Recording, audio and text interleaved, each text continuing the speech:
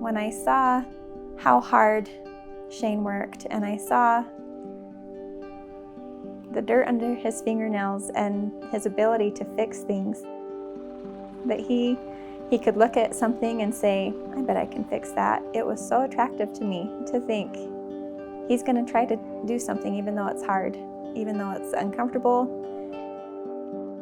He's not afraid to do hard things.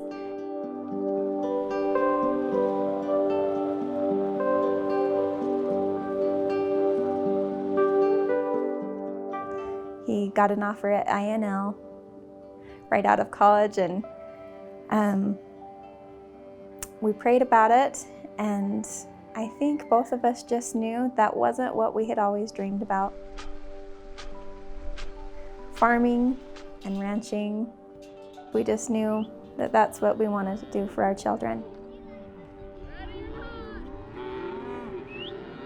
I don't think we had a clue of all the challenges that would come, but I don't know that I would change anything that we've experienced, because I think it has brought us closer to God, and it has helped us to grow up and to become better people.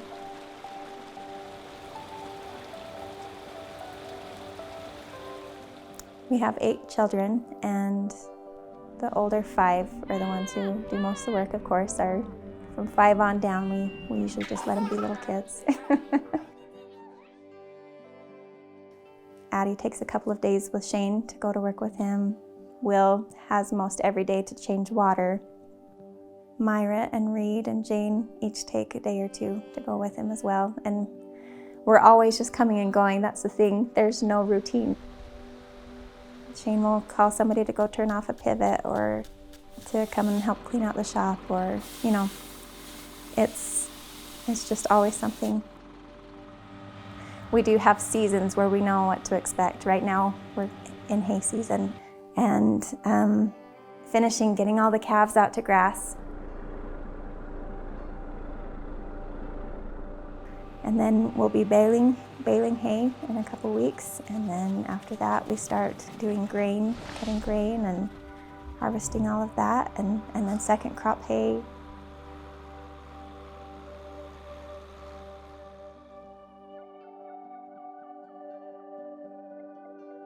The thing that has helped them to accept having to work hard on the farm is that they get to be with their dad. They just love talking with him. He's really good at talking to them and teaching them and listening to them. If they do something incorrectly, or if they're cutting corners, he calls them out on it. He'll say, hey, that's not how we do things. And he does a better job of that than me, because sometimes at home it's not worth the battle. But somehow for a dad it sinks in a little bit more. He has a good way of being serious, but then showing them love afterwards. We feel like just being outside and working on the farm or working with the cattle just sets the stage for natural play to come about, that I feel like so many kids in this day and age are missing. You can raise a lot of good kids without farming, I know that.